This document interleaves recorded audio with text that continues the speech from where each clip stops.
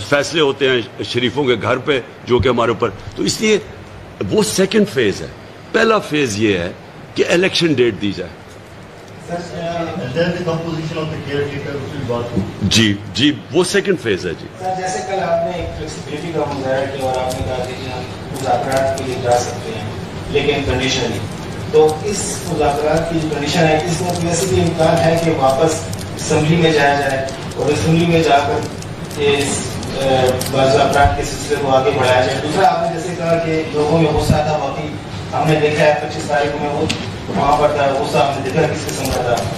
لیکن ایک طرف عام عوام تھی, دوسری طرف جب کہ آپ واپس ہو گئے تو وزیر اعظم صاحب وہاں پر آئے اور پولیس فورس سے ملے اور ان کو شاباشی دی کہ آپ نے تشدد کیا ہے. پھر ہم نے مریم نواز صاحبہ کو دیکھا کہ وہ لاہور گئی ہیں, جو شہید کانسٹیبل اس کے گھر گئی ہیں, اس پر بھی آپ کے حوالے سنا تھا کہ اس کے بھی آپ ذمہ دار ہیں. تو آپ اور آج آپ کہہ رہے ہیں کہ ہم اپنے بچوں کو کہہ رہے ہیں کہ تیاری کریں, کیونکہ ایسا تو نہیں ہے کہ دوبارہ آپ جو پرامن احتجاج آپ ہمیشہ اس کا نعرہ لگایا تو یہ پرامن پرتشدد احتجاج کی طرف تو نہیں ہو جائے گا. دیکھیے جی آپ میں ایک چیز کر دوں. دیکھیں نیگوسیشنز تو ہمیشہ ہماری چلنی چاہیے. نیگوسیشن دے, کیونکہ میں کوئی جنگ تو نہیں چاہتا نا. میں تو بیسکلی الیکشن, میں یہ کہتا ہوں کہ کسی باہر کی قوت کا رائٹ نہیں ہے کہ پاکستان میں کوئی گورنمنٹ امپوز کر دے. یہ رائٹ ہے پاکستانی عوام کا. جو پاکستانی عوام ایک فری اینڈ فیئر الیکشن سے الیکٹ کرتی ہے وہ جائز.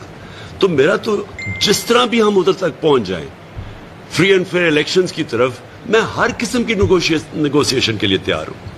جو آپ نے یہ بات کی نا جی کہ یہ شریف خاندان کی ہسٹری ہے, آپ اٹھا کے دیکھ لیں ان کی زندگی میں انہوں نے کیا کیا ہے. وہ امیر المومنین بننے جا رہا تھا, ہی وانٹس ٹو بی ابو لا. ہم ان کو جانتے ہیں, ہم ان کو لاہور سے جانتے ہیں, کدھر سے شروع ہوئے تھے کدھر پہنچے ہیں. یہ سمجھتے ایک ہی چیز سمجھتے ہیں کہ ڈنڈے کے ذریعے سب کو ٹھیک کر دیں, اور یہ انہوں نے کرنے کی کوشش. دیکھیں جی طاہر القادری سے انہوں نے کیا کیا. اس نے پہلے ایک دفعہ ایک کوئی یہاں سٹ ان کی تھی, وہ دوسری دفعہ پلاننگ کر رہا تھا, انہوں نے اس کو سبق سکھایا تھا. انہوں نے اصل میں اس کو پیغام دیا تھا اور سب کو باقی کہ کوئی کھڑا ہوگا تو ہم یہ کریں گے. اور مجھے افسوس کی بات یہ ہے کہ یہ ہمیشہ بچ جاتے ہیں. ہمارا جو عدالتی نظام ہے, مجھے افسوس سے کہنا پڑتا ہے کہ جتنی انہوں نے شریف خاندان کو بچایا نا آج تک, ہر چیز سے بچ جاتے ہیں. آپ ان کو اٹھا کے دیکھیں کیسز, ان کے ہدایبہ پیپر مل کیس لے لیں, جو ان کے پہرے کیسز ہیں, ان کے 6 ارب روپے کے ان کے اوپر لون ڈیفالٹ تھا, 6 ارب روپے کا. عدالت نے کہا جی کہ 14 سال کے بعد کہ نہیں جی آپ کو ضرورت ہی نہیں ہے وہ اس کے اوپر مارک اپ دینے کی. کبھی کسی بزنس سے یہ کیا ہے کہ 14 سال کے بعد 6 ارب, آپ صرف 6 ارب زمین میں ڈال لیں, وہ کوئی 100 ارب کا پہنچ جائے 14 سال کے بعد. انہیں کہتے نہیں جی آپ کو مارک اپ دینے کی ضرورت. سو ان کو جتنے فائدے کروائے گئے ہیں ہمیشہ بچ جاتے ہیں. جو بھی ابھی آپ کے سامنے ہے, یہ شہباز شریف نے جا کے جی میں گارنٹی دیتا ہوں وہ واپس آ جائے گا. ہم نے کہا کم از کم 7 ارب روپے, ہماری کیبنٹ نے کہا, کیبنٹ کا فیصلہ تھا کہ 7 ارب روپے کا کم از کم بانڈ ہی لگوا لو. انہوں نے کہا نہیں جی ٹھیک ہے, شہباز شریف نے گارنٹی دے دی. میں صرف یہ کہہ رہا ہوں کہ جتنا ان کو جو انصاف کے نظام نے پاکستان میں آج تک ان کو بچایا ہے, کسی اور پارٹی, باید پیپلز پارٹی کی میں ایک بات مانتا ہوں, وہ بار بار بے نظیر کہتی رہتی تھی کہ ان کو یہ ہمیشہ ان کے لیے مختلف ہیں سٹینڈرڈز جسٹس کے جو ہمارے ہیں, وہ بالکل ٹھیک کہتی تھی. دیکھیے جی اسمبلی وہ ساری چیزیں سیکنڈری ہیں. جب تک الیکشن کی ڈیٹ نہیں ملتی اس کے بعد اس کے آگے باتیں نہیں جا سکتی. جی آپ نے زور دیا کہ آپ کا مارچ تھا وہ پرانا تھا, شاید اس لیے اپنے فیملیز کو بلایا تھا. آپ کی بات بالکل درست ہے, لیکن اسی دوران جو آپ کے پرانے وزیر داخلہ تھے جو ہمیشہ آپ کے مطلب اس طرح بیان دیتے تو وہ آپ ہی کا لگتا ہے, شیخ رشید صاحب, وہ کھولی کا تو کیا خیال ہے کہ انہوں نے زیادتی نہیں کی آپ لوگوں کے ساتھ جو آپ کا پرانا مارچ تھا؟ دیکھیے شیخ رشید ایک میرے سے بہت سینئر پولیٹیشین ہے اور ان کا ایک اپنا انداز ہے, ان کی اپنی پارٹی ہے, ہمارے کولیشن پارٹنر ہیں.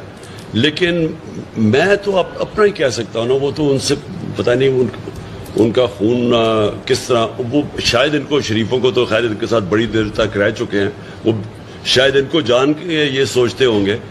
لیکن دیکھیں میں آپ کے سامنے, میں نے ہمیشہ ہمارے جلسوں میں, آپ سارے جلسے اٹھا کے دیکھ لیں, بلکہ میاں والی جیسی جگہ پہ, یہ کوہاٹ جیسی جگہ پہ کبھی اتنی خواتین نہیں آئیں جلسے پہ جو آپ آئی ہیں. تو ہم ایک اکراس دا بورڈ ایک پارٹی ہے جو ہر قسم کی اٹریکٹ, دینی مدرسے سے لوگوں کو لے کے انگلش میڈیم کلاس جو کبھی نان پولیٹیکل, سب کو اٹریکٹ کرتے ہیں ہم, کیونکہ ایک براڈ بیسڈ ہماری اپیل ہے. اس لیے میں کبھی بھی انتشار کے لیے نہیں, اس لیے ہماری پوری کوشش ہے کہ سپریم کورٹ سے ہم کلیئرنس لیں, اور پھر ہم ایک ملک میں صرف ان کو دکھانا چاہتا ہوں کہ قوم کھڑی کی طرح. میں جب بلاؤں گا اس بار یہ لوگوں کو, سپریم کورٹ کی ایک دفعہ کلیئرنس ہمیں ہو جائے کہ یہ گلو باٹا ان کے, اور یہ جو انہوں نے خاص طور پہ چینجز کیے ہیں, انہوں نے پولیس میں چینجز کیے, بیوروکریسی میں چینجز کیے, اپنے وہ خاص لوگوں کو لانے کے لیے جنہوں نے یہ تشدد کیا. میں صرف سپریم کورٹ سے پروٹیکشن چاہتا ہوں. میں آپ کو آج دعویٰ کرتا ہوں کہ پاکستان کی تاریخ میں کبھی اتنی پبلک نہیں نکلے گی جو ہم نکالیں گے. میں ایک ایڈ کرنا چاہوں گا خان صاحب کی اجازت سے. دیکھیے انہوں نے تشدد کیا, لاٹھیاں برسائیں, ٹیئر گیسنگ کی, اشتعال دلوایا, اس کے باوجود اسلام آباد میں ایک شیشہ نہیں ٹوٹا, ایک گملہ نہیں ٹوٹا. اس سے ظاہر کیا ہو رہا ہے کہ ورکر کو, پی ٹی آئی کے ورکر کو چیئرمین کی ہدایت تھی, آپ نے تشدد کا راستہ اختیار نہیں کرنا, آپ نے صبر کا مظاہرہ کرنا ہے. یہ کلیئرٹی آپ کے سامنے ہے نا. اور صبح کو آپ کے سامنے ابھی سوشل میڈیا پہ ہماری عورتیں نکلی اور وہ صاف کر رہی ہیں, وہ جو سارا گند پڑا ہوا تھا وہ صاف کر رہی تھی. اور یہ ہماری ٹریڈیشن رہی ہے. ہم نے جب دھرنے میں بھی تب سے اپنے لوگوں کو ٹرین کروایا ہوا تھا. 126 دن میں کبھی ہم نے کوئی توڑ پھوڑ نہیں کی, ہمیشہ وہ صفائی کرتی تھی. ایک پرامن احتجاج کی ٹریڈیشن بنائی ہوئی ہے پاکستان میں. جی سر, آپ نے کہا کہ میشن کا بیڑا غرق کر دیا, اسٹاک ایکسچینج کی بات کی, کھلے کے گرنے کی بات کی. حماد کو بلانا چاہیے. اسد ہے, ایک منٹ, ہاں ٹھیک ہے اسد. اور آپ نے یہ بھی کہا کہ ان سے فیصلہ نہیں ہو پا رہا. سر میرا سوال آپ سے یہ ہے کہ اگر ان سے فیصلہ کیوں نہیں ہو پا رہا, آپ کیا سمجھتے ہیں, کیا یہ کسی کی طرف دیکھ رہے ہیں؟ دیکھیں, ایک تو یہ ایک لیجیٹمیٹ حکومت نہیں ہے, لائی گئی ہے. اور جس کے پاس ایک پبلک مینڈیٹ نہیں ہوتا, اس لیے تو ڈر رہے ہیں الیکشن سے.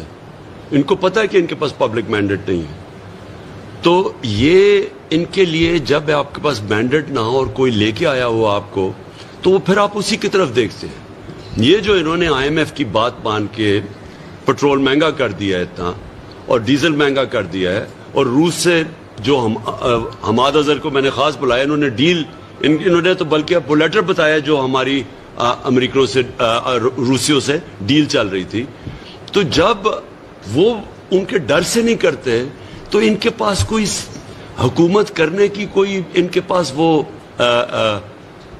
طاقت کہہ دیں, کیپیبلٹی, بڑے فیصلے کرنے کی طاقت تو ہے ہی نہیں. انہوں نے ابھی تک جو کہتے جی ڈیزل ہم نے بڑھانا ہے, تیل بڑھانا ہے, کیونکہ انہوں نے روس سے تو امپورٹ نہیں کرنا, تو وہ بھی ان سے کیا جا رہا تھا. وہ نواز شریف کچھ کہہ رہا ہے, اسحاق ڈار کچھ کہہ رہا ہے, یہاں کچھ کہہ رہے ہیں. ایسے حکومت نہیں چل سکتی. میری کنٹینشن یہ ہے کہ جتنی دیر یہ رہیں گے یہ ملک مزید اور کرائسس میں گرتا رہے گا. جی سر, آپ تیاری کی بات کر رہے ہیں کہ اس بار زیادہ تیاری ہوگی. تیاری یقیناً آپ کی ہوگی, لیکن حکمت عملی کیا ہوگی کہ جو باقی 3 صوبے ہیں, اس کے ساتھ آزاد کشمیر ہے, جنوبی بلوچستان ہے, خصوصاً پنجاب جو کہ آبادی کے لحاظ سے سب سے بڑا صوبہ ہے, وہاں سے زیادہ لوگ جو ہے وہ آئے اور ان کی موبلائزیشن ہو. یہاں پہ آپ کو لیڈ کر رہے تھے, میں مختار صاحب سے بڑا قافلہ کیا, جس کو اس کی تعداد کی اسٹرینتھ کی وجہ سے روکنا ممکن نہیں تھا. آپ نہیں سمجھتے کہ زیادہ موبلائزیشن کی ضرورت ہے, پلس آپ اگر خود وہاں سے ہو, ایک بات, اور دوسری یہ جو آپ کے اتحادی ہیں جو آپ کے ساتھ حکومت میں رہے, وہ اطلاع تعلق سے نظر آ رہے سارے پالیسی سے سر آپ سارا بھی جو اتحادی ہے. دیکھیں پہلے تو میں ایک چیز یہ واضح کر دوں کہ اگر پنجاب میں لوگوں کو نہ روکتے، کیونکہ یہاں تو نہیں روکا نا، کے پی میں اور اپنے ہمارے جی بی میں اور آزاد کشمیر میں تو نہیں میں سر ہماری جو موبلائزیشن یہاں ہوئی وہ تو آرام سے ہوئی نا، کسی نے رات کو گھروں میں چھاپے مار کے لوگوں کو تو نہیں پکڑا نا، تو آرام سے ہم موبلائز کر کے نکل سکے. ادھر اگر پنجاب میں یہ لوگوں کو نہ روکتے، آپ کو پتہ ہے مینار پاکستان میں، گجرانوالہ میں، آپ تاریخ اٹھا کے ملتان میں، ان کی پاکستان کی تاریخ میں اتنی بڑی پبلک نہیں نکلی، خود چل کے آئی. تو لوگ تو پنجاب میں بھی موبلائز تھے، لیکن انہوں نے تشدد اتنا کیا اور ڈرایا اتنا، اور یہ جو ان کی پرانی عادت ہے لوگوں کے اوپر خوف کرنا، وہ اتنا تھا کہ جو عام پبلک تھی وہ ڈر گئی.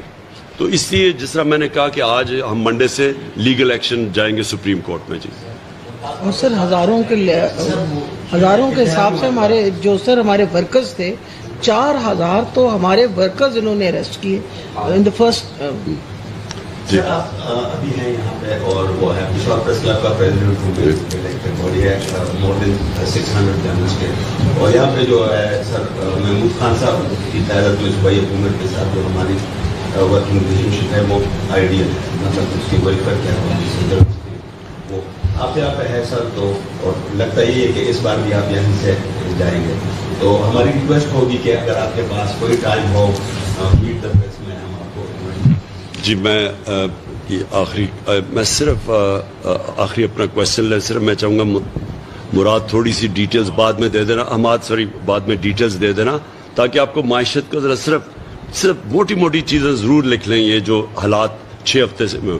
اس سے پہلے میں صرف یہ کہوں گا کہ میں یہاں اب جو ہمارے ورکرز جن کو جو زخمی ہوئے ہیں، عمر ایوب جس طرح ان کے اوپر ڈنڈے برسائے گئے ہیں، اور جو ہاسپٹل میں ابھی تک، باقی میرے کتنے کارکن یہاں جو انجر ہوئے ہیں، میں ان سب کو ملوں گا.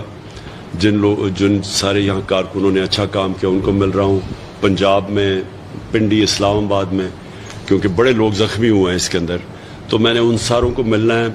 ہماری خواتین جس طرح وہ کھڑی ہوئی ہیں جو شیلنگ کے سامنے، پتہ نہیں آپ نے سینز وہ دیکھے ہیں یا نہیں، میں نے کبھی اس طرح خواتین کو کھڑی، یعنی شیلنگ ہوتی تھی وہ واپس چلی جاتی تھی، پھر آ جاتی تھی سامنے. تو جس طرح سینز ہے، میں تو ان ساروں کو پہلے ملوں گا. پلاننگ بھی یہاں پوری کر رہا ہوں، اور جس طرح آپ نے کہا کہ جس طرح میرا پلان تیار ہو جائے گا تو وہ قوم کے سامنے آئے گا. اور میں آپ کو یقین دلاتا ہوں، میری اسٹرینتھ کہ انہوں نے ایک پرامن احتجاج جو جماعت 26 سال سے اس ملک میں ہمارا ایک ٹریک ریکارڈ ہے کہ ہم نے کبھی کسی قسم کا وائلنس نہیں کیا، کبھی انتشار کی پولیٹکس نہیں کی.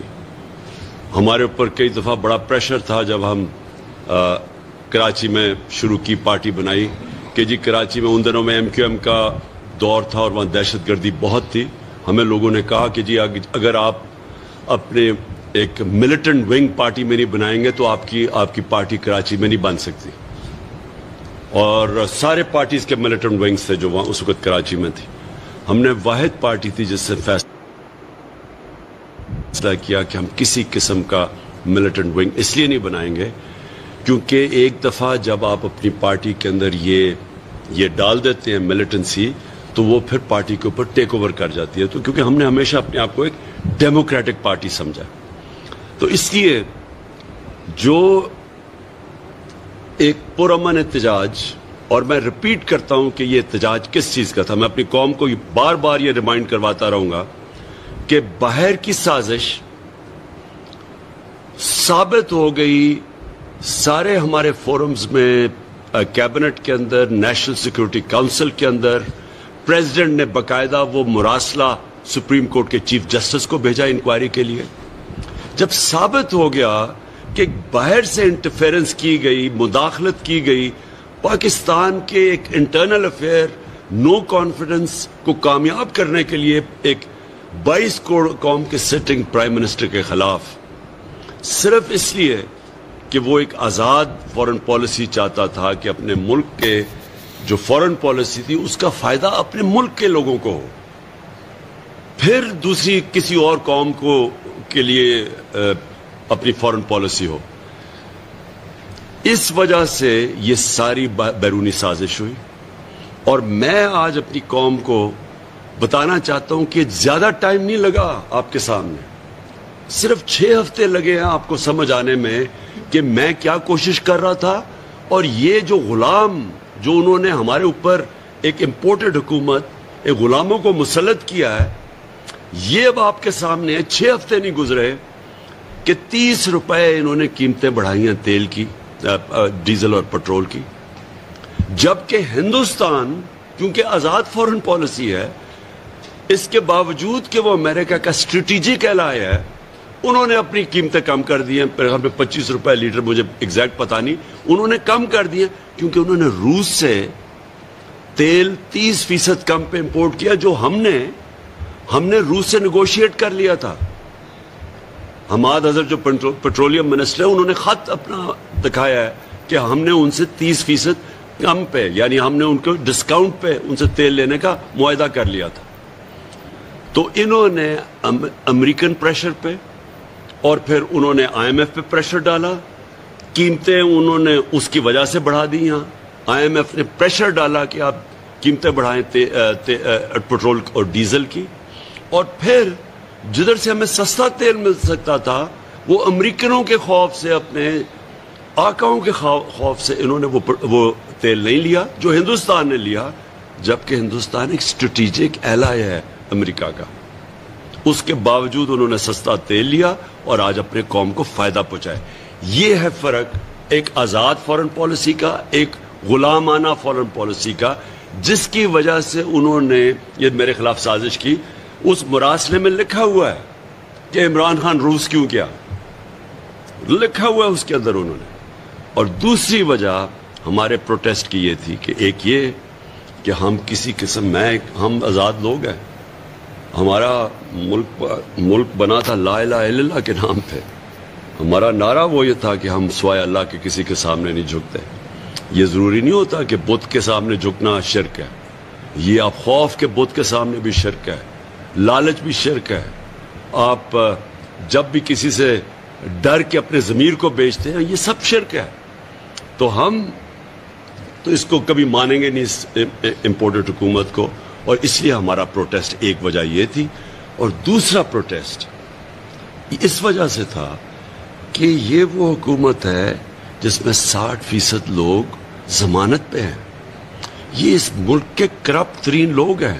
میں نے 26 سال پہلے جب پالیٹکس شروع کی تھی، میں کرپشن کو لے کے آیا تھا پاکستان کے ایجنڈا پہ.